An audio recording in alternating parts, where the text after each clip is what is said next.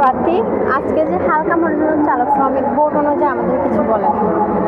বিসমিল্লাহির রহমানির রহিম। চট্টগ্রাম হালকা মনোরঞ্জন চালক শ্রমিক ইউনিয়ন রিজিনাল চট্টগ্রাম সোসাইট কেন্দ্রীয় কমিটির ত্রিবার্ষিক নির্বাচন আজ জুমাবার 2026।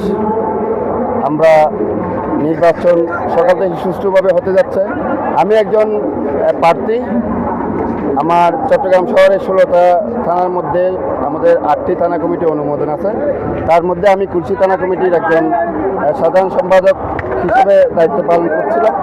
তারই মধ্যে আমি কেন্দ্রীয় কমিটির দপ্তর সম্পাদক হিসাবে আমি মনোনয়ন ফরম নিয়েছি, সেটা জমা দিয়েছি।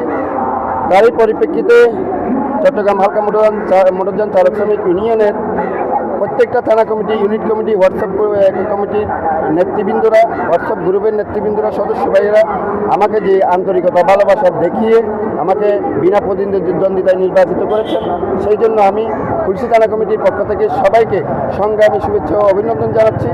আপনাদেরকেও আমি সংগ্রামী শুভেচ্ছা অভিনন্দন জানাচ্ছি। পাশাপাশি আগামী দিনে আজকের এই যারা এখনও আজকে নির্বাচিত হবেন তাদেরকে নিয়ে কেন্দ্রীয় কমিটিতে গিয়ে আমি সকল চালক ভাইদের জন্য তাদের সহযোগিতা নিয়ে তাদের ন্যায্য অধিকার এবং তাদের নিয়োগপত্র সকল সমস্যাগুলি দূর করানোর জন্য সবার সাথে একমত পোষণ করে আমি কাজ করে যাব। আরেকটি কথা হচ্ছে, আপনারা ইতিমধ্যে অবগত আছেন, আমাদের চালক শ্রমিক ভাইদেরকে রমজান আসলে কথায় কথায় ছাঁটাই করা হয়।